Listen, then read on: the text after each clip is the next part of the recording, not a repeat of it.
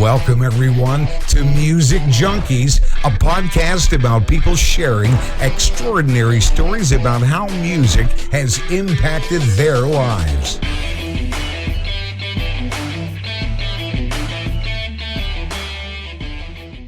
Welcome, everyone, to Music Junkies. I'm your host, Annette Smith, and this is really cool. You know, our guest today is Carene. She owns oh my God, she's going to go over it, but she owns like an art store, right? And I think she does some cooking there, and she has a wardrobe, and she has got everything. But what I love about it is that I reached out to her on LinkedIn about a different kind of proposal. And then I seen that, you know, obviously she was a business owner, and I really wanted to get her on the show. And I love that.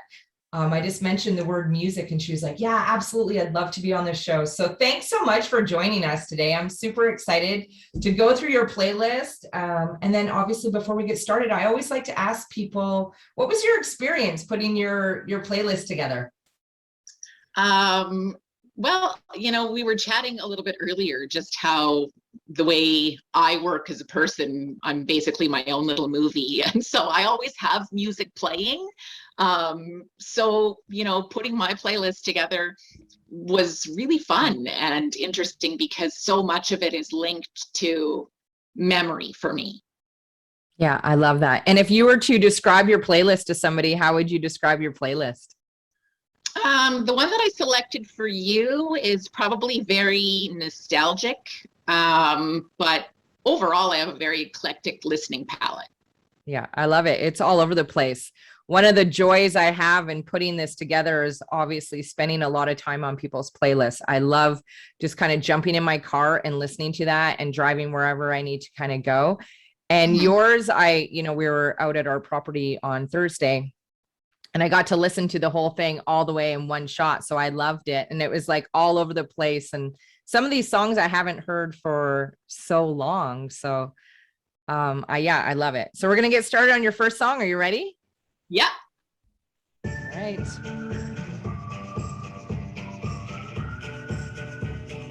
So Home.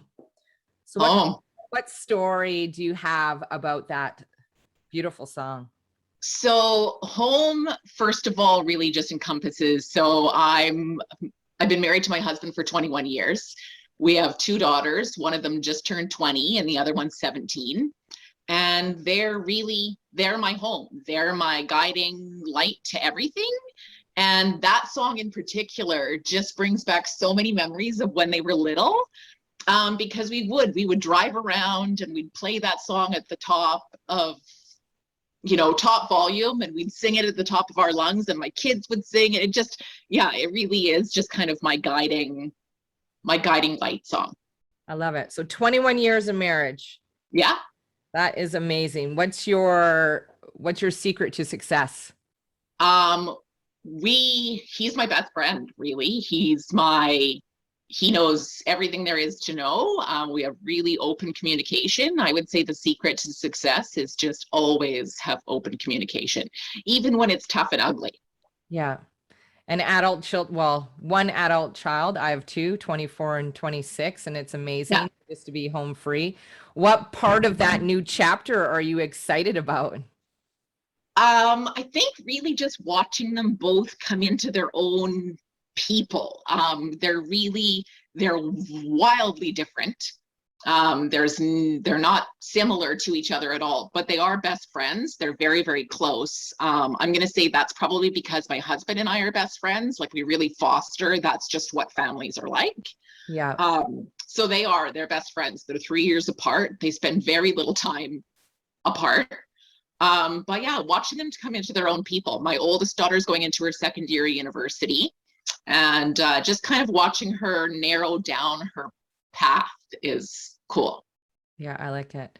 So when they were growing up, was there something that they did or got caught for that you just were like so shocked and surprised by? Oh my God. Okay, so a little bit about my oldest daughter. She's like a brainiac. She was always the studier. She's always had a good side. She's always been my easy child, I'd like to say. But yeah, she had a difficult time in junior high. And yeah, the most surprising thing ever, because she's so sweet and she's just so mild mannered. I got a phone call from the principal because she had a bully. She had a bully in grade 8, and she had, talked about the bully quite a few times and gone to the counselor, and it wasn't really getting anywhere. She didn't seem to be getting anywhere with the bully. So she lost it in the school library one day and actually said to the girl, "If you don't leave me alone, I'm going to rip your guts out, tie them to a tree, and staple you there." It was so mind-blowing because it was so out of character for her, but also frustrating because she was the one that was facing repercussions. Like, the mother of the bully was threatening to go to the police and charge her with harassment. And it was just, Oh my God. yeah, it was the craziest thing ever. But yeah, so that's probably the most profound thing.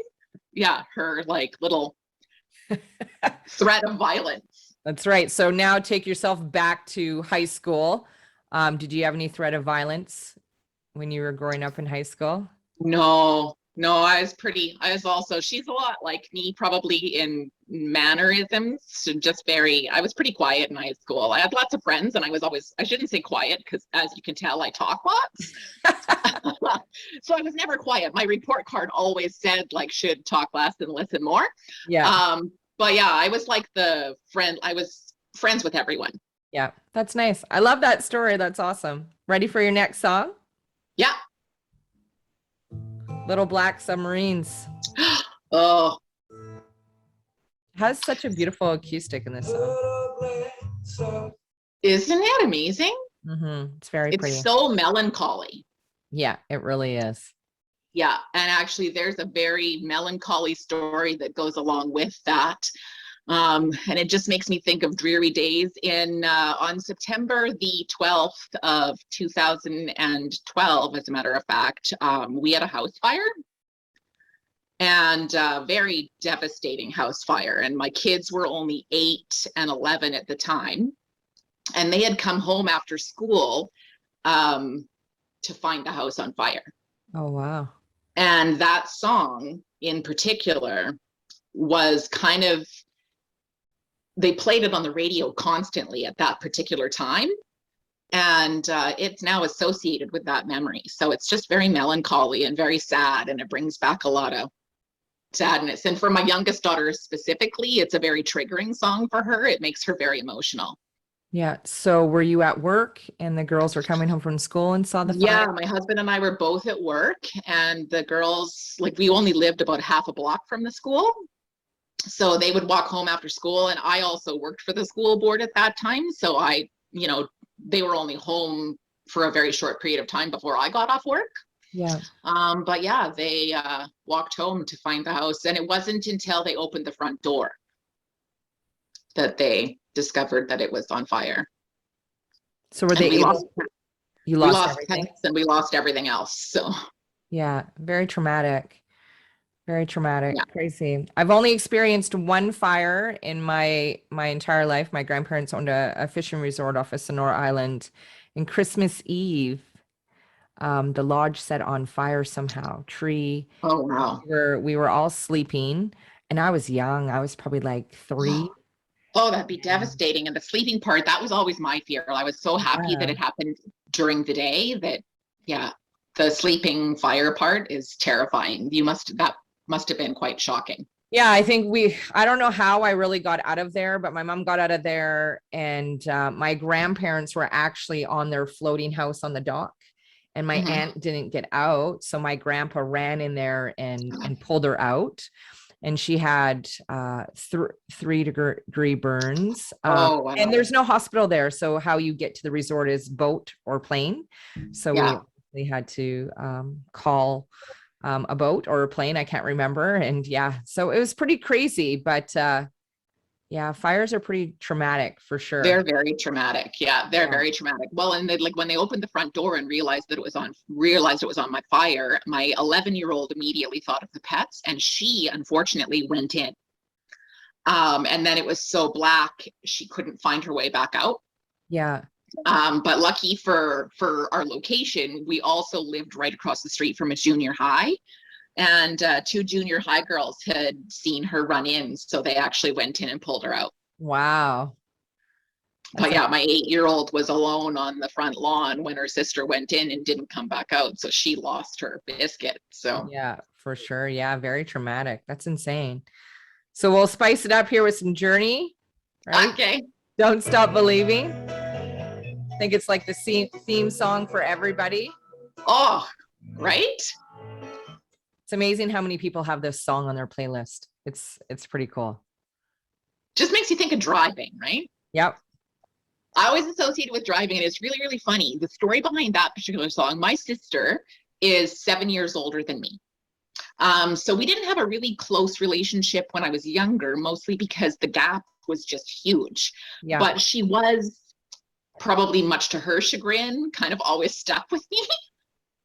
So that song always makes me think of driving in the car with her and her like teenage girlfriends, and just driving and just them being, I was so in awe of them because they were like teenagers and they were cool. And yeah, I was always envious. And she always thought I was a huge pain in the rear end, probably. But what's funny though, is that my sister absolutely hates bands that have city names. No way.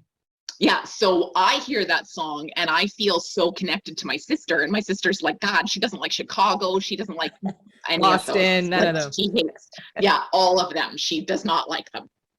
So I find it very, very funny because she hears that song and she's like, oh my God, I hate Journey, I hate Chicago, I hate all of those. Yeah, she doesn't like them. What was your favorite concert that you ever been to? Oh, Tragically Hip, for sure. Yeah. And where did you see them? I saw them in Edmonton, actually, in mid-90s. Okay. Yeah. Yeah, they're great. I seen them in Vancouver. They're great. Great to see for sure. So obviously, we're probably around the same age. So you grew up with lots of 80s hair bands. Yeah, I did probably like, well, I don't know, maybe just my music listening taste probably is more late 70s. But yeah, that 80s genre, definitely my teenage years for sure. So what was your favorite 80s lead singer? Oh, goodness. Axl Rose, probably. Yeah. Mm-hmm. What was it about? What was it about Axl Rose? Oh, goodness. I don't know. He was good looking, and Every Rose Has Its Thorn was kind of like that was wasn't that every teen angsty girl's song of sadness? Well, that was Bret Michaels' Poison, but never. Oh God, I totally have the wrong person. I don't know. So I guess Bret Michaels it is then. I have no idea who I'm even talking about. Axl, lead singer of Guns N' Roses. Oh, Guns N' Roses. Yeah, no, I guess I wasn't really a huge Guns N' Roses fan. Yeah. And I always like to ask that question because it's funny, because when I was growing up, I didn't like Axl out of all the lead singers. He didn't really do it for me. But my best friend loved Axl Rose. Like her whole entire bedroom was like Axl Rose everywhere. So, and then I've been running into a whole bunch of people on this podcast that love Axl Rose. So I'm like, oh, that's really funny. I was a weird, quirky teenager. I was not that girl who had potent boys. Lots of my friends did, but I was not that girl. Yeah. What kind of posters did you have on your walls in your bedroom? I didn't have any. Oh, no? No, I was very neat and tidy. I was just a very tidy. Yeah. I was a girly girl. Were you? Mm-hmm. So did you play sports growing up? Oh my God, no, I'm terrible at sports. I'm really, really good at individual things. Like I'm a runner and I cycle. Like I love cycling. I love running. But yeah, team sports, I'm an absolute mess, just a mess. So you were praying that you didn't have to do anything in gym class. Oh my goodness, I was looking for every excuse I could to get out of gym class. That was with always like, what can I do to not participate in gym today? That was, always on the back of my mind. So no, I was much more of I was always just artsy. Like I was more in the artsy crowd. Yeah. So did you do drama in school and that kind of led you to where you are today, or? No art, just lots of art. So lots of painting or sculptures or? kind of any medium that I could get my hands on, anything that allowed me. And I used to love to write. So yeah, anything that allowed me to express myself. Yeah. I love it. That's great. Right. So you're the first one to ever have this song on their playlist. And it's obviously Somewhere Over the Rainbow. Oh.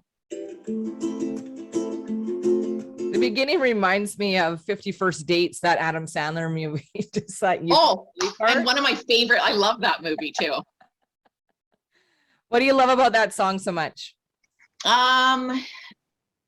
It's really, really funny because it's super joyful and super sad, both at the very same time. So I picked that song, I think, for that reason, because it's kind of a juxtaposition for me, because I hear it and I feel so much happiness, but it's connected to a sad time. My husband's father passed away in August of 2011 from pancreatic cancer. And he was young, like my husband's parents are young, even still now, like his mother is only 65. They were only 40, she was only 43 when we got married. So his parents were young in my mind, because my parents are quite a bit older. But yeah, so he was just a big personality, my husband's dad. He was a really tall and very large man with like a gruff beard, and he looked ominous but was a teddy bear. And so yeah, that song makes me think of him a lot. Yeah. And it played at his funeral, so it brings such happy memories, because I see the twinkle in his eyes and I can hear him laugh, and yeah, makes me feel very connected. Yeah. How did you meet your husband? Really at a mall that we both worked at. So we were both in retail, and he worked in a men's clothing store and I worked in a women's clothing store. And there was this little coffee shop upstairs that all of the retail managers and assistant managers used to have their coffee breaks at. And yeah, I met him there.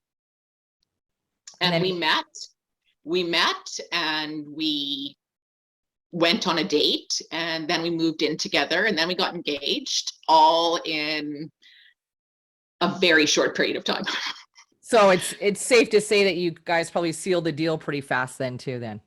Yeah. Yeah. And then is he a hopeless romantic? Is he a romantic kind of guy? It's hard to describe. Like, I wouldn't say he's not conventionally romantic, but he is. Yeah. What do you love most about him? His optimism, probably. He's hugely optimistic, and I'm more cynical, probably. So I love that about him, because he always finds a way to be positive, even when things are crappy. Yeah, especially during the craziness that we are going to start going through again, right? Right. And it's so great to have somebody like that in your life, whether they're a spouse or a sister, or, it doesn't matter, a really good friend. It's refreshing to have those types of people in your life. Yeah, it really is, because it's just so, I need that sometimes. I need that reminder that it's fine. Like, everything's fine. It's going to be fine. There's so much that could be worse. Like, it was a great day. Yeah, I love that. He reminds me all the time that, like, no matter what you think, it was a great day. That's right. So this next song I'm going to play, Colors. Like, listen to that. Isn't that just the best groove?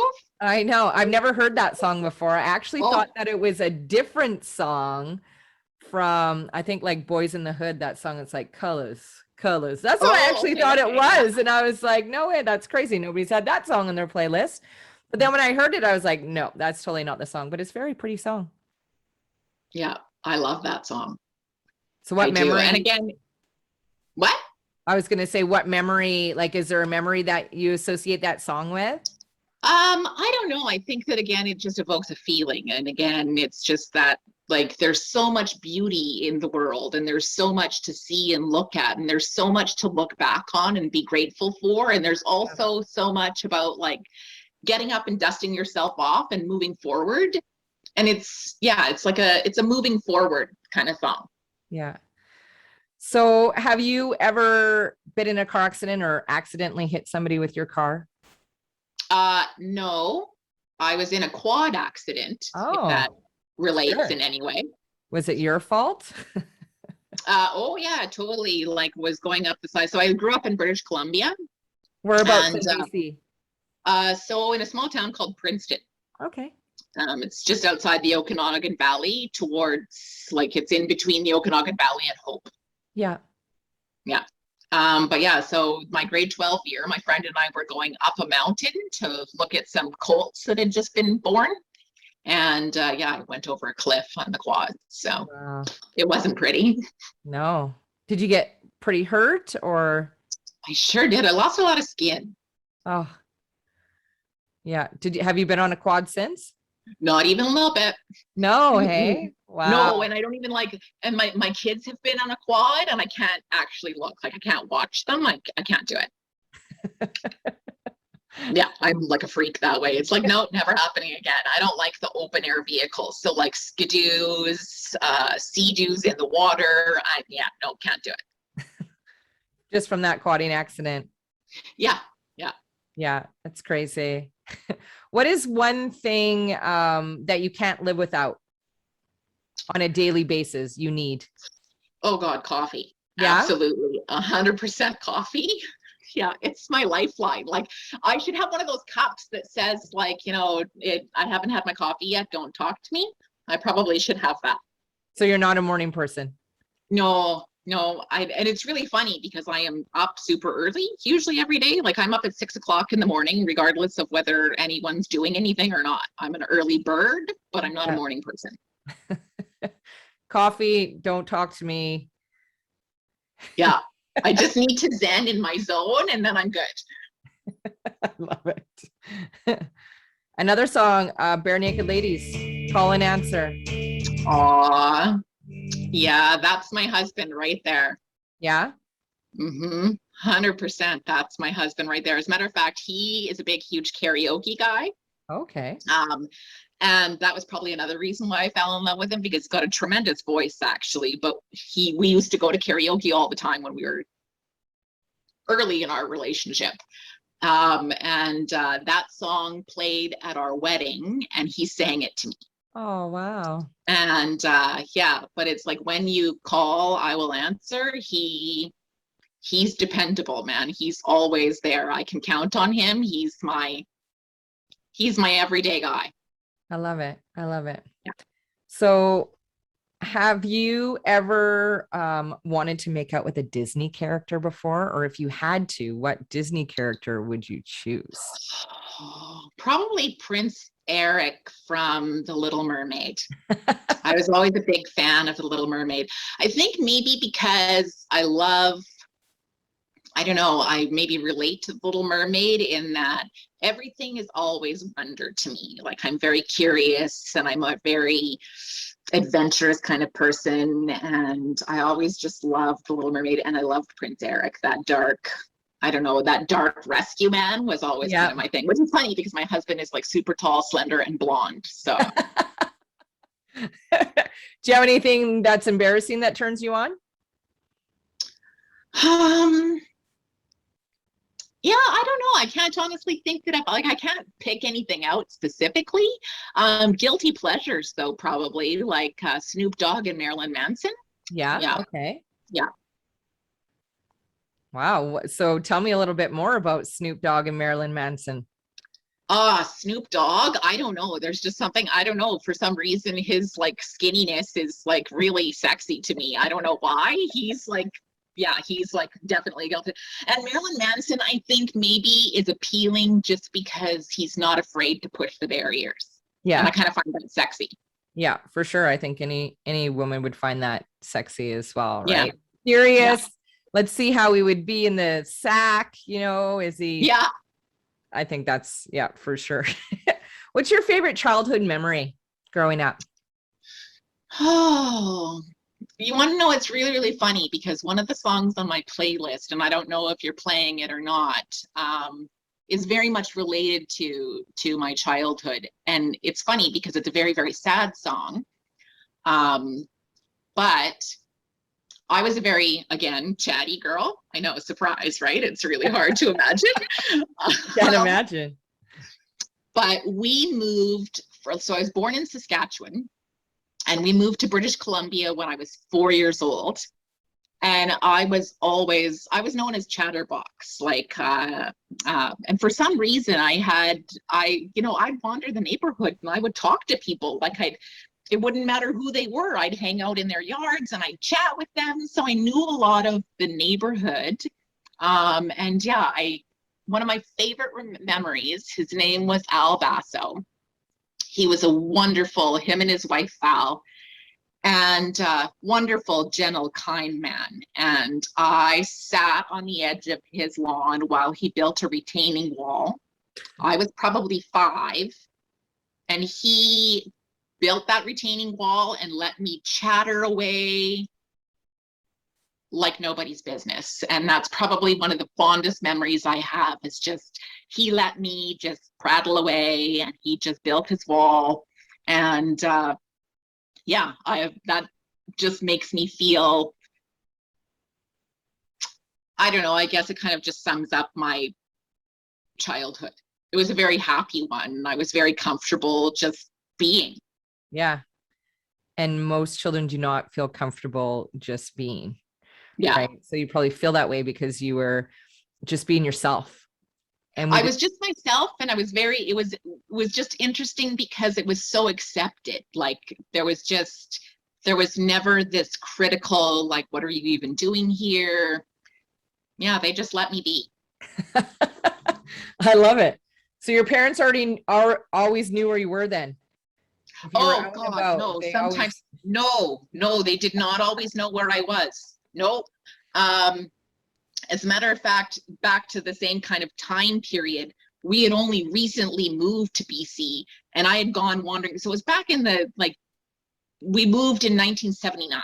Yeah. So in 1979, I guess 4-year-olds were allowed to wander around the neighborhood without parental guidance. It just happened. It's normal. So yeah, I had gone for a walk, and unbeknownst to my parents, they got a phone call. My mom she worked in a care home, not far from where we lived. And one of the women that she worked with, her name was Aldine. And Aldine called my mom, and she's like, yeah, I think we have your daughter. And I had just literally, I'd seen her husband working in the yard, and I just started chatting with them. And yeah, I like went right into the house, sat down and had a cookie.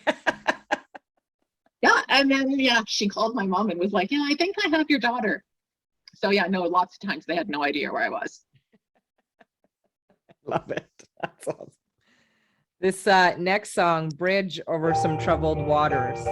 Oh, that's my mama. Good old Simon and Garfunkel, eh? Yeah. So that song reminds you of your mom? Yeah, that's my mom, for sure.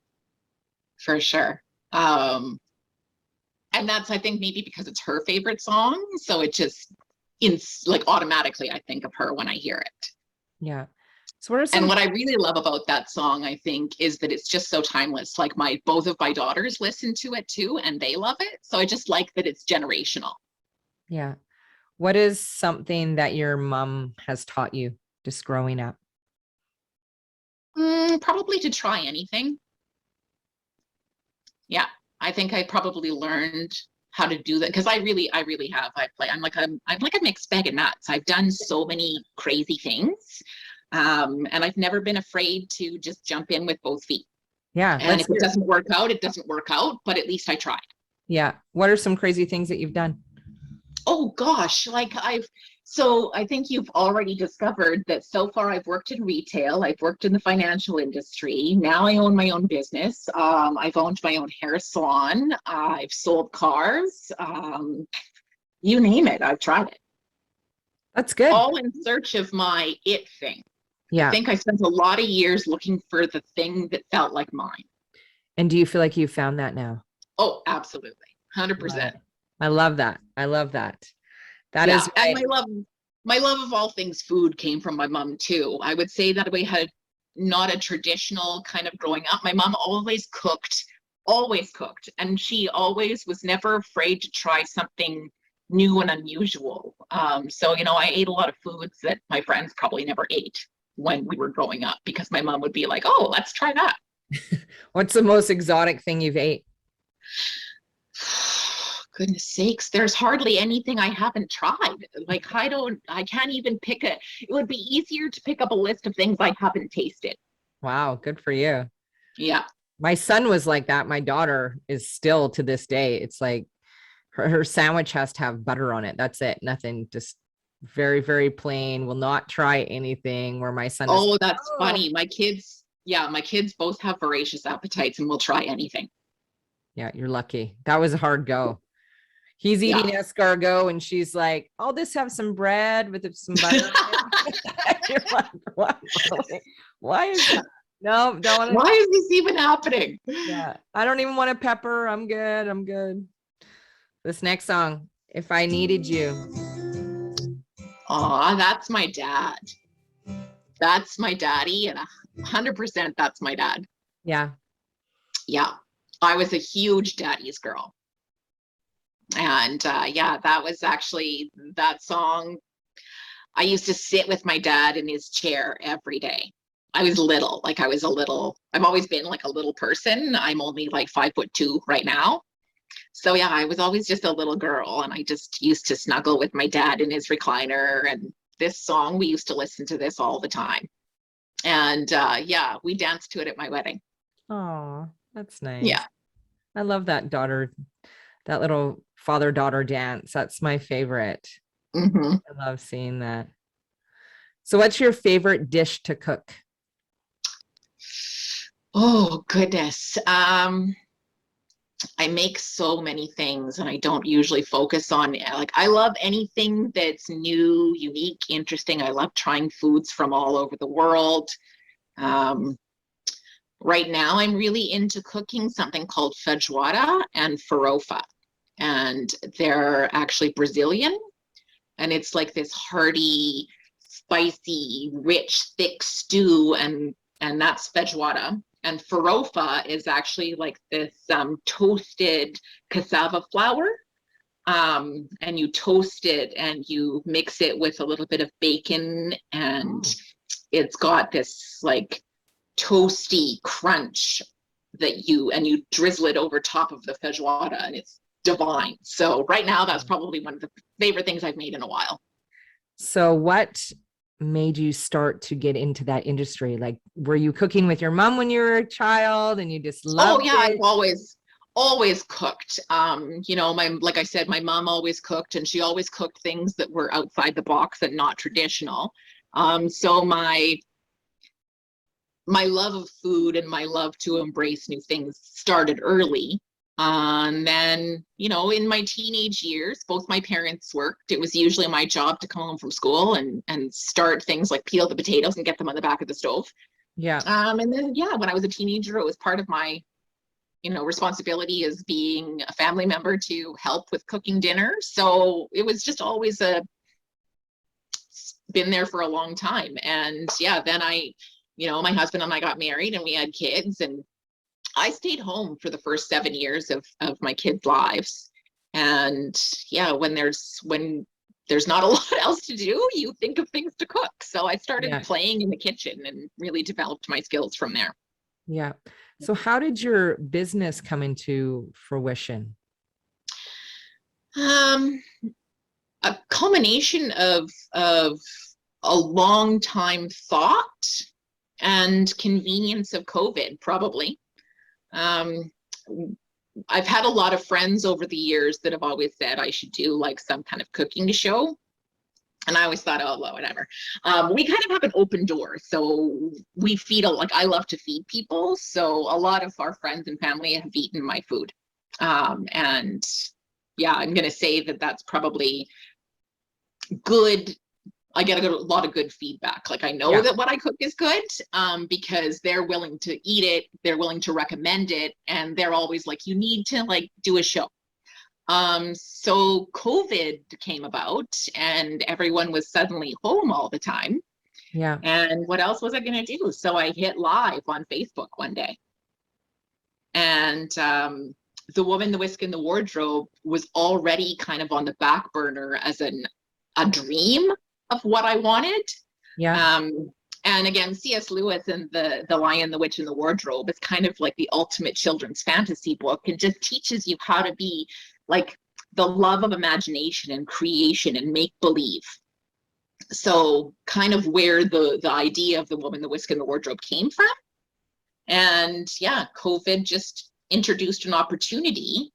And yeah, I pressed play, started doing some live cooking videos, and posting art. I've always been kind of a creative, artsy person. And then all of a sudden there was quite a bit of interest. So I just decided that maybe it was the right time to launch the Woman, the Whisk, and the Wardrobe. And from there, things have just kind of snowballed since. So I started doing individual online classes because, of course, people couldn't get together anymore. Yeah. So it was a great opportunity to do like a Zoom live cooking class. So, you know, we do individual or group classes. And then I was contacted in the fall last year by an actual corporation. And I've kind of branched into doing corporate events. And they're all online.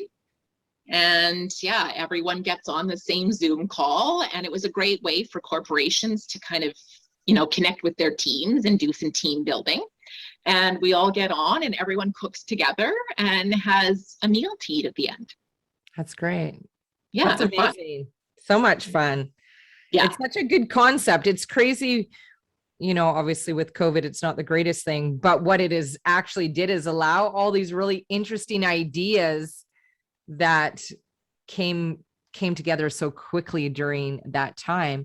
But yet we had this software prior to COVID to do it. That's what's so crazy to I know, me. it's so crazy. I think people really just, you know, and for me especially, like I just really needed that push. I needed that push to like, you have no choice but to try it because you have nothing else to do. Like you're just sitting at home. Both of my girls, like Eden was doing university from the kitchen and Jordan was doing grade 11 from the living room. So Yeah. it's like, what else are you going to do? Yeah. No, I love it. I love your concept. All right. This song, I laughed so hard when I heard it and I've never heard it. So Bust Your Kneecaps. Love it. Oh my God. So funny. Isn't it the funniest song? Oh man. We were out at our friend's house yesterday having some drinks and I made them play it because I couldn't stop playing it when I heard it. Oh no, I play it so often. And actually that song is thanks to my kids. My kids introduced me to that song. They're very funny. Like their job is usually to clean up the kitchen after dinner. And that's usually when I get an introduction into what they're listening to because they always crank the tunes while they're cleaning the kitchen. Yeah. And yeah, that's one of their playlist favorites for kitchen cleaning. I love it. What's one of your biggest fears? I think probably for me, my fear has always been not being enough. I think that plays in the back of my head, like, you know, I'm not enough of a mom, or I'm not enough of this, or I'm not enough. Mm-hmm. I think a lot It's of hard to remind yourself that you don't need validation to know that you're enough. Yeah. What is one thing that you really tried to instill in your daughters when they were growing up? Oh, you know, probably another fear that I have is that I just didn't do enough of that either. You know, just confidence to be themselves. I think just I've always been unapologetically me, whether it's gotten me into hot water or not. I don't really make any excuses for it. So I've kind of tried to raise them to be that way too. Like just be who you are and don't ever let someone dictate what you should be like. Yeah, I agree. We're on your last song. Are you ready? I'm ready. Okay. I hope this song has family affair. I know you like totally mix it up. Yeah. I love it. It's Mary J. Yep. And she's a kick-ass woman. So, you know, that's probably why I like that song so much, because Mary J. Blige just kind of says it all. She's the culmination of unapologetically her. And she's, yes, I just look at her and see strength and determination. And yeah, that song just makes you want to move. Makes you want to move your body. I know. I agree. If you were to give somebody listening to the podcast today some words of wisdom, what would they be? With all the life you've lived, adversities you've been through? Oh, you know, there's so many things that I could say. And I guess it would kind of sum up, I don't know, it sums up this interview. It sums up The Woman, the Whisk, and the Wardrobe. It sums up my playlist. Never be afraid to try anything. And always remember that today's a good day, no matter what. Yeah, that's beautiful. Yeah. It was, before I let you go though, I want you to really just talk about your business. Where can people find you? Tell us a little bit more about it, for people can kind of get that visual listening to the podcast, and just for everybody else knows, I will be posting this underneath everything for that whole week, which is exciting. So you'll be able to find her, but I just want to give you some airtime to promote yourself. Okay, well, that's really exciting. So thanks for the opportunity to kind of toot my own horn. So yeah, my company is actually called The Woman, the Whisk, and the Wardrobe. It's kind of a play off of The Lion, the Witch, and the Wardrobe, because of that love of imagination. Really lets my creativity shine. So the woman represents my art side, and it actually is the art side of my business. I work mostly with resins right now, but I also do acrylics. Really lets me just express myself. So that's the woman in me.